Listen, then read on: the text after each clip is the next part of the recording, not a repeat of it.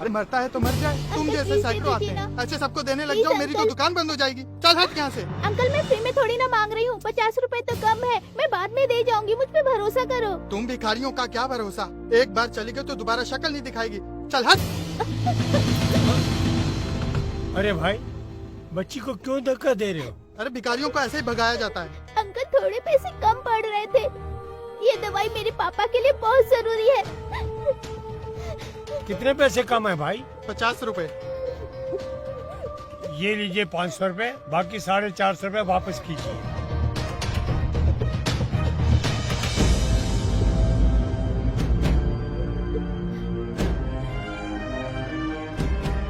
ये ले बेटा, पैसे भी ले जा बेटा, तेरे काम आएंगे। बेटा जल्दी से घर जा, अपने पापा को ये दवाई दे। Thank you uncle. जा। इस लड़की का बाप मरे ना मरे, लेकिन ये बुड्ढा जरूर मरेगा, ऐसे परोपकार करता रहा तो।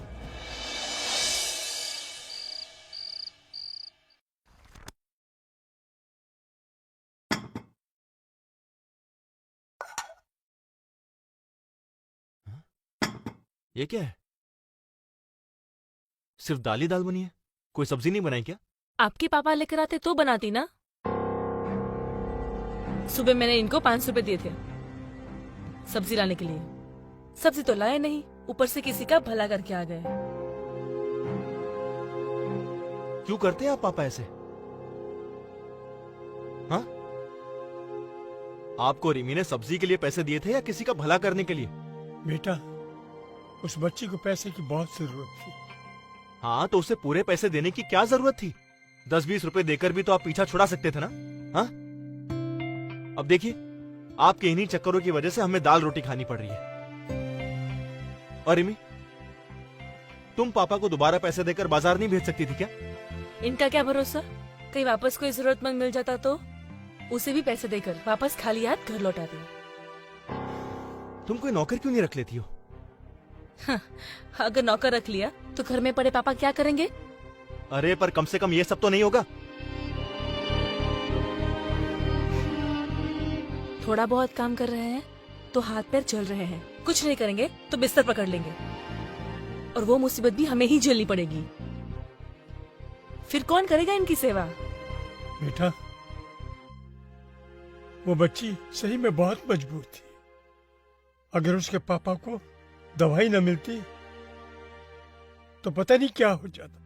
दादू ने तो अच्छा काम किया है, आप उन पे क्यों चिल्ला रही हो? मेरी टीचर कहती है जो नीडी पीपल की हेल्प करता है वही गॉड होता है। सनी, बड़ों के बीच में बोलना बैड मैनर्स होता है। देखो, कल सुबह मुझे ऑफिस जल्दी पहुंचना है, इसलिए कल सुबह दादू ऑटो से स्कूल छोड़ने जाएंगे, ठीक है? चलो जल्दी से अपना खाना फिनिश करो और जाके सो जाओ। आपका बेटा तो दाल को हाथ भी नहीं लगाता, आज इसे भूखा ही सोना पड़ेगा। मम्मी, टीचर कहती है पल्सेस में खूब विटामिन होते हैं, हमें खाने चाहिए। दाल तो मैं जरूर खाऊंगा। तो ठीक है, सभी आज दाल ही खाओ। दादू, कभी कभी दाल भी खानी चाहिए, सेहत के लिए अच्छी होती है। दो।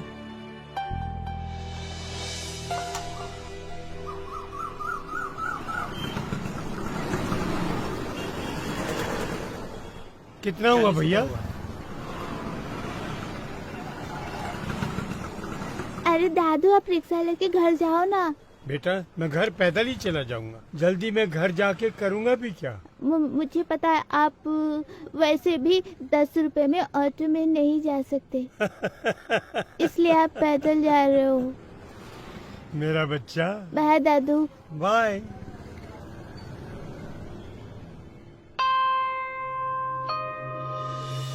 क्या हुआ बेटा? दादू, टीचर ने भी कहा था भगवान जब भी दुनिया में आए उन्हें लोगों ने बहुत दुख दिया, लेकिन भगवान तो नीडी पीपल की हेल्प करते हैं, तो पीपल उनको क्यों दुख देते हैं? बेटा, जब इंसान किसी दूसरे इंसान के काम आएगा तो भगवान को यहाँ आने की जरूरत ही नहीं पड़ेगी। हमारे अंदर इंसान का दिल होना चाहिए, हाँ दादू, और मुझे यकीन है कि तुम भी नीडी पीपल की हेल्प करोगे। मैं भी नीडी पीपल की हेल्प करूँगा। मैं आप जैसा ही बनूंगा। हाँ, मुझे पता है बेटा। चलो बेटा।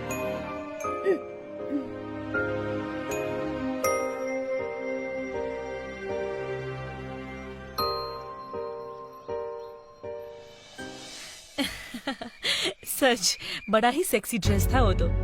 हाँ यार, आजकल तो ये विमेन के बीच बना फैशन का ट्रेंड है। राज तो क्रेजी है मुझे उस ड्रेस में देखने के लिए। बट ये कैसे पॉसिबल है? तेरे फादर इन लॉ तुझे इतने बोल्ड आउटफिट में देखेंगे तो वो क्या सोचेंगे? Who cares of him? उनकी वजह से हम क्या खुश रहना छोड़ दे? ये बूढ़े लोग होते ही है हमारी खुशियों में आग लगाने के लिए। बट तू है बहुत लकी यार जो तुझे राज जैसा हस्बैंड मिला है।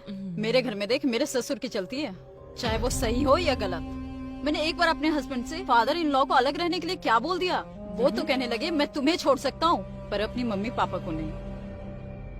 ये खून के रिश्ते भी ना बड़े अजीब होते हैं। कितनी भी परेशानी हो वो एक दूसरे का साथ नहीं छोड़ सकते। तेरे और मेरे ससुर में डिफरेंस भी तो देख।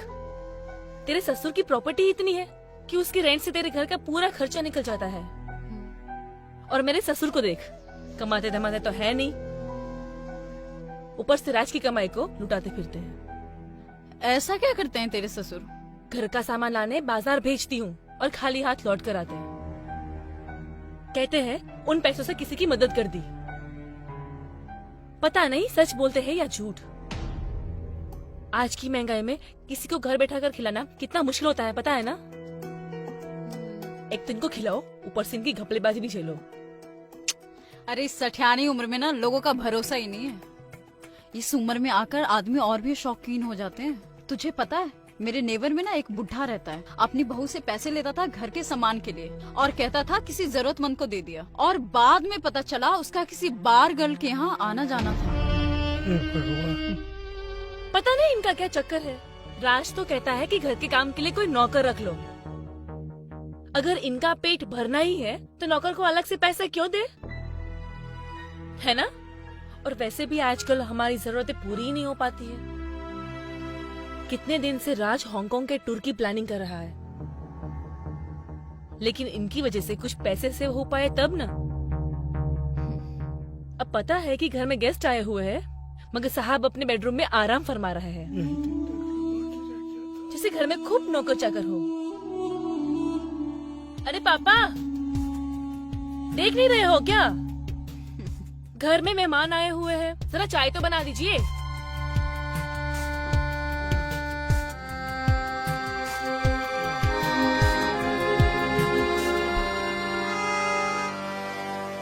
अरे छोड़ना, बुलाते रहेंगे। और बता, तूने और कौन सी ड्रेस देखी?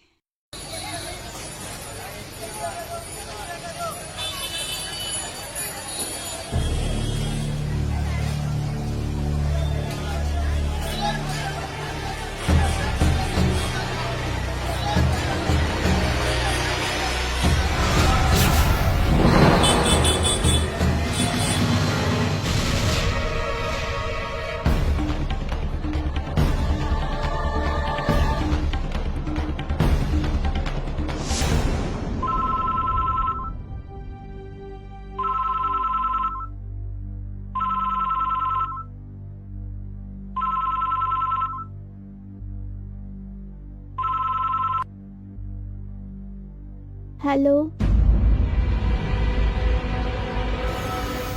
ठीक है अंकल, मेरे दादू का ख्याल रखना। मैं अभी अपने डैडी को भेजता हूँ। किसका कॉल था बेटा? दादू बेहोश हो गए। तो अब इनका नया नाटक शुरू हो गया।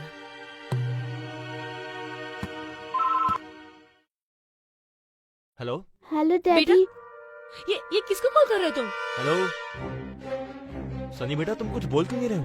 डैडी को। देखो बेटा, छोटी छोटी बातों के लिए पापा को परेशान नहीं करते, ओके?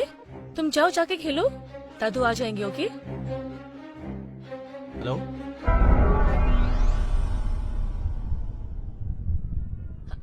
हेलो राज, मैं रिमी बोल रही हूँ। हाँ रिमी, क्या हुआ? सनी इतना घबराया हुआ क्यों है? सब ठीक तो है ना?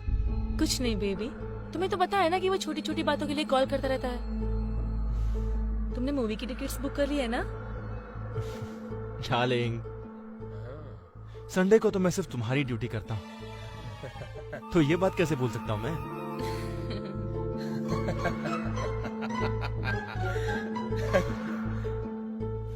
Bye darling, love you. क्या हुआ बे, तू क्यों इतना हंस रहा है? तेरी शादी होने दे, फिर देखता हूँ मैं तू कैसे हंसता है। यार मुझे एक्चुअली ये समझ नहीं आता कि लोग अपनी वाइफ से इतना खौफ क्यों खाते हैं। वो खौफ इसलिए खाते हैं क्योंकि लड़कियां ना वाइफ बनते ही शेरनी हो जाती है। और लड़के डॉगी।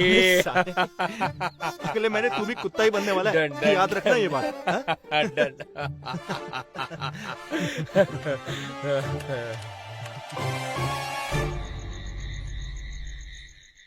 सनी, अरे मार क्यों रही हो मेरी बेटी को? बेटा, तुम्हें मैंने पैसे किस लिए दिए थे? टीचर को देने के लिए। फिर पैसे कहाँ गए? स्कूल में मुझसे कहीं गिर गया। झूठ बोलता है। हाँ, मुझे सब मालूम पड़ चुका है। सच सच बोल। हाँ बताता हूँ। बोल। रन के डैडी एक्सपायर हो चुके हैं। उसके मम्मी के पास जॉब भी नहीं है। अगर उसकी फीस डिपॉजिट नहीं होती तो टीचर उसे स्कूल से निकाल देती। कितना अच्छा काम किया मेरे बेटे ने। क्यों मार रही हो तुम इसे? और अगर तुम्हारी फीस डिपॉजिट नहीं हुई तो तुम्हें भी स्कूल से निकाल दिया जाएगा। ये नहीं समझ में आया तुम्हें? अरे तुम्हें दोबारा फीस भर दूंगा, इसमें तुम्हें मारने की क्या जरूरत है? तुम्हारे पापा ने हमें क्या कम बर्बाद किया है तो ये भी उनके कदमों पे चल निकला। यहाँ हम अपना बजट संभालने के लिए अपनी जरूरतें कम कर रहे हैं और वो है कि दूसरों पे लुटाए जा रहे हैं। और तुम देखो, अगर तुमने दादू की तरह हरकतें की तो तुम्हें घर से बाहर निकाल दूंगी, समझा? उनको तो मैं कुछ कह नहीं सकती, इनको जो बुरा लगता है। हाँ।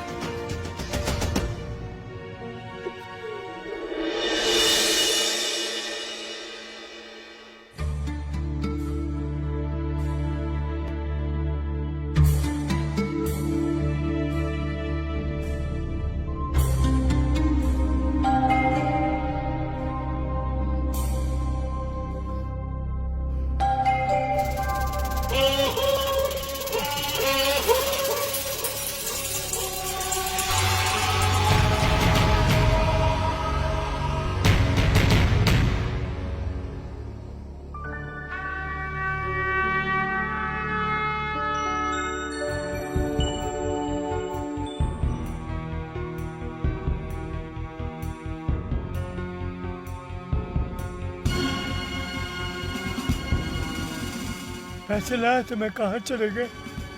पैसे कहाँ गए? अभी तो जेब में ही थे, कहाँ गए? हे भगवान, वैसे मेरे साथ इतनी परेशानियां लगी हुई हैं, अब क्या होगा? अंकल जी हट जाइए ना, मुझे देर हो रही है। अंकल साइड में खड़े होकर के देखिए ना, दूसरे को क्यों तकलीफ दे रहे हैं? देखिए अंकल, साइड हो जाइए, साइड हो जाइए।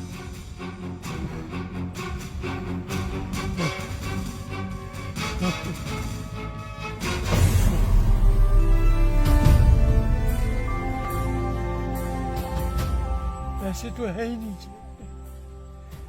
मैं तो लाया था, कहाँ चले गए? क्या जवाब दूंगा उनको मैं? पहले मेरे ऊपर बड़ी मुसीबत पड़ी रहती, अब क्या जवाब दूंगा?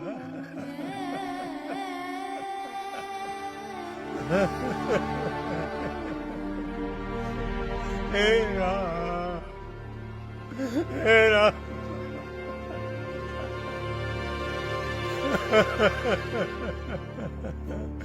अब क्या करूंगा मैं?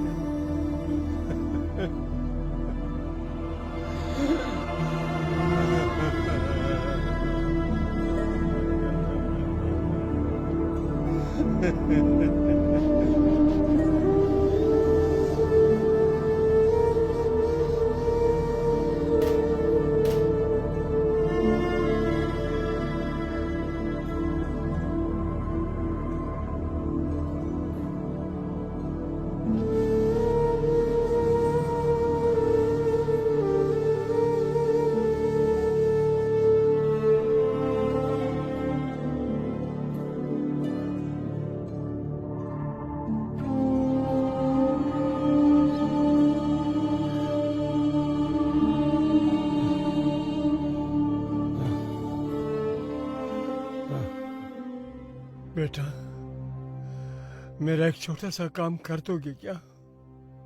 सनी के आने से पहले मुझे कहीं छोड़ दोगे क्या?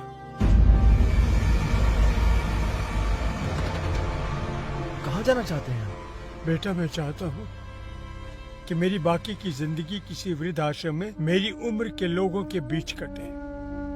मेरे यहाँ साथ रहने से तुम लोगों को परेशानी होती है।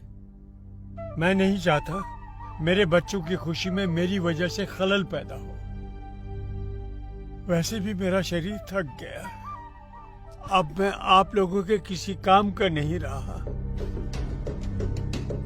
तुम लोगों पर मैं बोझ बनकर नहीं जीना चाहता।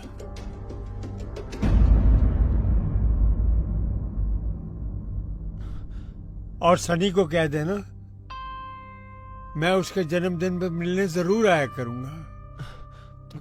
लेकिन पापा आप सनी की बिल्कुल टेंशन ना ले, उससे मैं समझा दूंगी। आपने जो डिसीजन लिया है ना, वो बहुत सही लिया है। और वैसे भी आजकल आपके साथ रहकर वो बहुत बिगड़ गया है, हमारी कोई बात नहीं सुनता। और वैसे भी राज, पापा ने जो डिसीजन लिया है ना, वो बहुत सही लिया है। वो वहाँ खुश रहेंगे और हम यहाँ। पर रीमा, मेरी बात तो देखो, तुम अब जल्दी जाओ, डिले मत करो।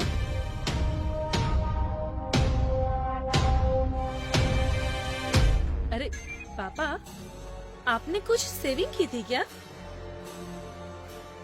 जो इसको आप ठेले में लेकर जा रहे हो?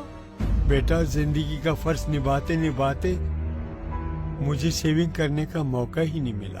और जो भी सेविंग किया था वो आप लोगों के नाम कर चुका हूं। इसमें गायत्री की तस्वीर है, जिसे मैं अपने साथ लेकर जा रहा हूँ। मैं नहीं समझता ये आप लोगों के किसी काम की है। हाँ, वैसे भी ये हमारे काम की नहीं है। ले जाइए आप अपने साथ, ठीक है? वैसे भी फालतू चीजों के लिए हमारे घर में बिल्कुल जगह नहीं है। चलो, अच्छा हुआ गायत्री पहले ही चली गई, वरना आज उसका बोझ मेरे ये बूढ़े कंधे उठा भी नहीं पाते। चल बेटा, चल, अब मुझे विदा कर दे। जाओ ना।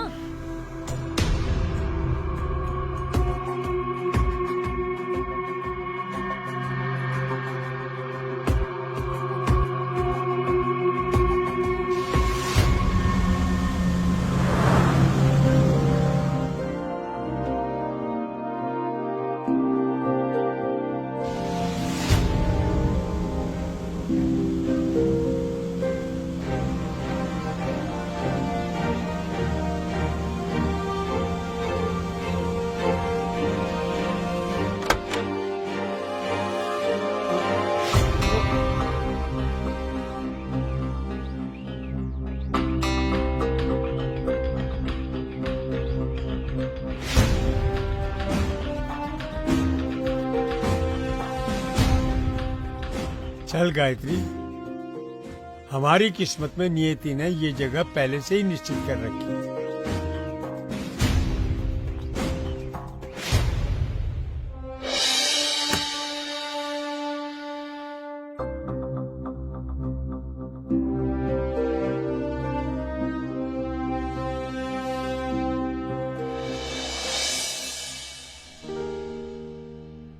आइए बेटी, थैंक यू। जरा इनका नाम बताइए। राम कृष्ण दयाल।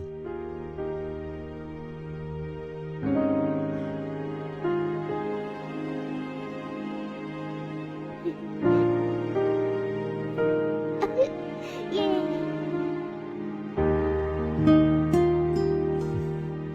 अरे वाह, मैं ये पहला आश्रम देख रहा हूँ जहाँ बूढ़ों और बच्चों को एक साथ सहारा मिला है। जी हाँ, दोनों अपने अपने घर वालों को मिस ना करे, इसलिए दोनों के लिए एक ही आश्रम बना है। यहाँ दादा दादी अपने पोती और पोतियों को पाल लेते हैं और पोते पोतियाँ अपने दादा दादी को। क्या बात है।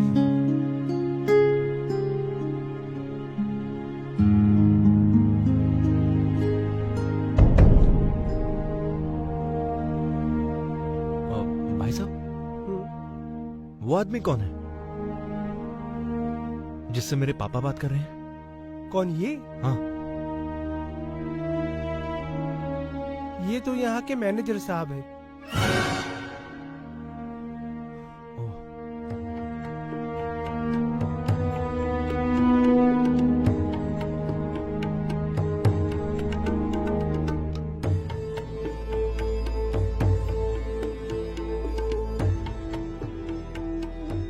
आपने मुझे किस लिए बुलाया है? कुछ काम था? सर वो मुझे आपसे कुछ पूछना था। कहिए, क्या पूछना है? सर मुझे एक सेकंड सर, सो सॉरी। हाँ बोलो रिमी। पोत से छुटकारा मिला कि नहीं? देखो मैं भी किसी से बात कर रहा हूँ, तो मैं कॉल बैक करता हूँ। हाँ ठीक है। अच्छा रुको, मेरी बात सुनो। उनसे कहते ना कि सनी के बर्थडे पर भी आने की जरूरत नहीं है, क्योंकि मैं नहीं चाहती कि मैं सनी पर उनकी परछाई तक पड़े। ठीक है? मैंने तुमसे कहा ना, फोन रखो, अभी बाद में कॉल करता हूँ तुम्हें। Okay fine.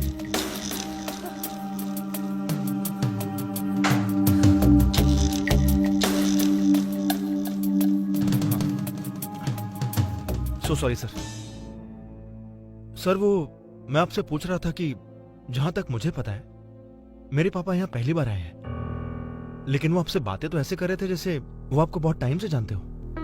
बड़ी पुरानी पहचान है इस जगह से उनकी, मुझे अच्छी तरह से याद है।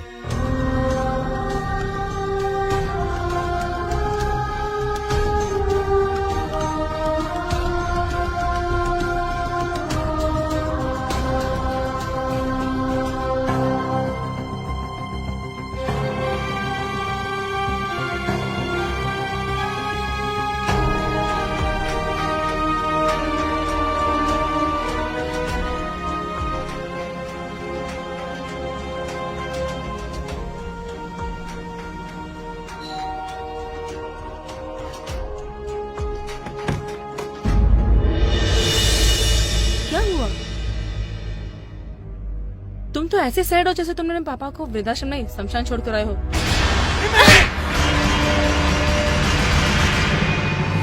तुमने अपने बाप के लिए मुझ पे हाथ उठाया? वो बाप नहीं है, भगवान है मेरे। भगवान?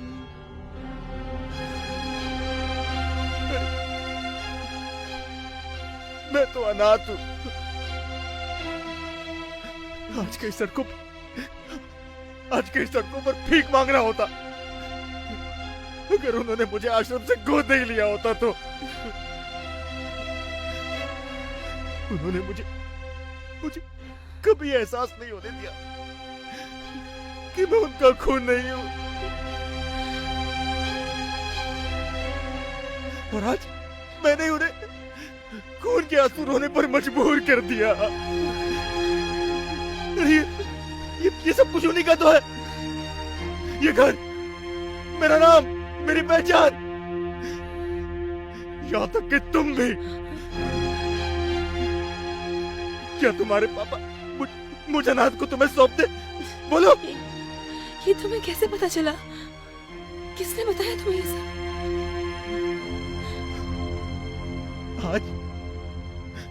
आज वो आश्रम का मैनेजर मुझे ये सब नहीं पता था, तो मैं जिंदगी भर अपने भगवान से अनजान रहता। बड़ी पुरानी पहचान है इस जगह से उनकी, मुझे अच्छी तरह से याद है कि वो आज ही का दिन था। आज से 30 साल पहले वो अपनी पत्नी के साथ यहाँ एक अनाथ बच्चा गोद लेने के लिए आए थे। वो जरूर तुम ही हो बेटा। किस्मत का खेल देखो, आज ही के दिन वो तुम्हें यहां से गोद लेकर गए थे और आज ही के दिन तुमने यहां पर छोड़ने आए हो। खून खून में फर्क पैदा कर दिया है तुमने। आज तुमने दिखा दिया कि अपना खून अपना ही होता है। अगर तुम उनका खून होते तो कभी इन्हें खून के आंसू नहीं रुलाते। सच तो ये है कि मैंने उनको तकलीफ पहुंचाने में कोई कमी नहीं चाहती। मैं एक अच्छी बहू और एक अच्छी पत्नी कभी बन ही नहीं पाई। मैंने ही तुम्हें उनके खिलाफ भड़काया। मुझे माफ कर दो राज, मुझे माफ कर दो। मुझे माफ कर दो राज। मैंने कौन सी इज्जत रखी है उनकी?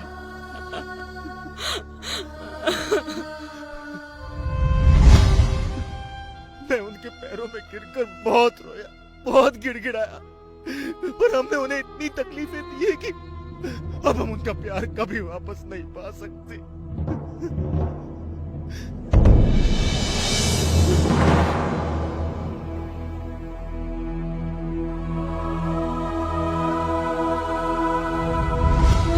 राज, तुम प्लीज मुझे उनके पास ले चलो।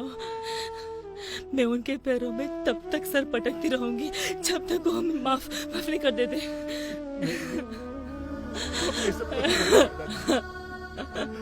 वो हमारे पास कभी नहीं आएंगे, कभी नहीं आएंगे। सरप्राइज! मम्मी, डैडी, दादू। पापा, पापा माफ कर दीजिए। पापा हमें माफ कर दीजिए। मुझे बहुत बड़ी माफ कर दीजिए पापा। मैंने बहुत बुरा बर्ताव किया है आपके साथ। मैं माफी के लायक नहीं हूँ। आपने जिंदगी भर बोझ उठाया, और आज जब आपको जरूरत है तो मैंने आपको ही बोझ समझ लिया। आपने मुझे ये कभी एहसास नहीं होने दिया कि मैं आपकी औलाद नहीं। जिस औलाद को अपने बेटे की तरह जिंदगी भर प्यार दिया, अब उससे नाराज होकर उसके सिर से पिता का साया मत हटाइए। देखिए पापा, अगर आपने मुझे माफ नहीं किया ना, तो मैं अपने आप को ऐसी सजा दूंगा कि आपको मेरा बोझ एक बार फिर उठाना पड़ेगा, अपने कंधों पर रखकर मुझे शमशान तक पहुंचाने का। ऐसा मत बोल बेटा, ऐसा मत बोल बेटा। तुम बच्चों की शरीर में बना जी रहा हो। तुम मेरी जिंदगी में नहीं होते तो मैं गायत्री के साथ ही इस दुनिया को अलविदा कह दिया होता। उसने मुझसे वादा लिया था कि मेरे बेटे की आंखों में कभी आंसू मत आने देना। आज मैं तुमको रुलाकर मैं उसका गुनाहगार बन गया बेटा। अब मुझसे ये गुनाह नहीं होगा। मैं खुद तो तकलीफ उठा सकता हूँ, मगर गायत्री से लिया वादा मुझसे ना तोड़ना बनेगा। बस तुम लोगों से एक ही विनती है, जब तक मैं जिंदा हूँ मेरे पोते को मुझसे दूर मत करना कभी। मैं भी जहाँ दादू कहते वहाँ मुझे मेरे हर बर्थडे पे ले जाया करते थे। मुझे पता था दादू वहाँ जरूर मिलेंगे। मैं जाके अपने दादू को ले आया। मेरा राजा सनी बेटा, इसमें मेरी जान है। मैं इसके बिना जी नहीं पाऊंगा।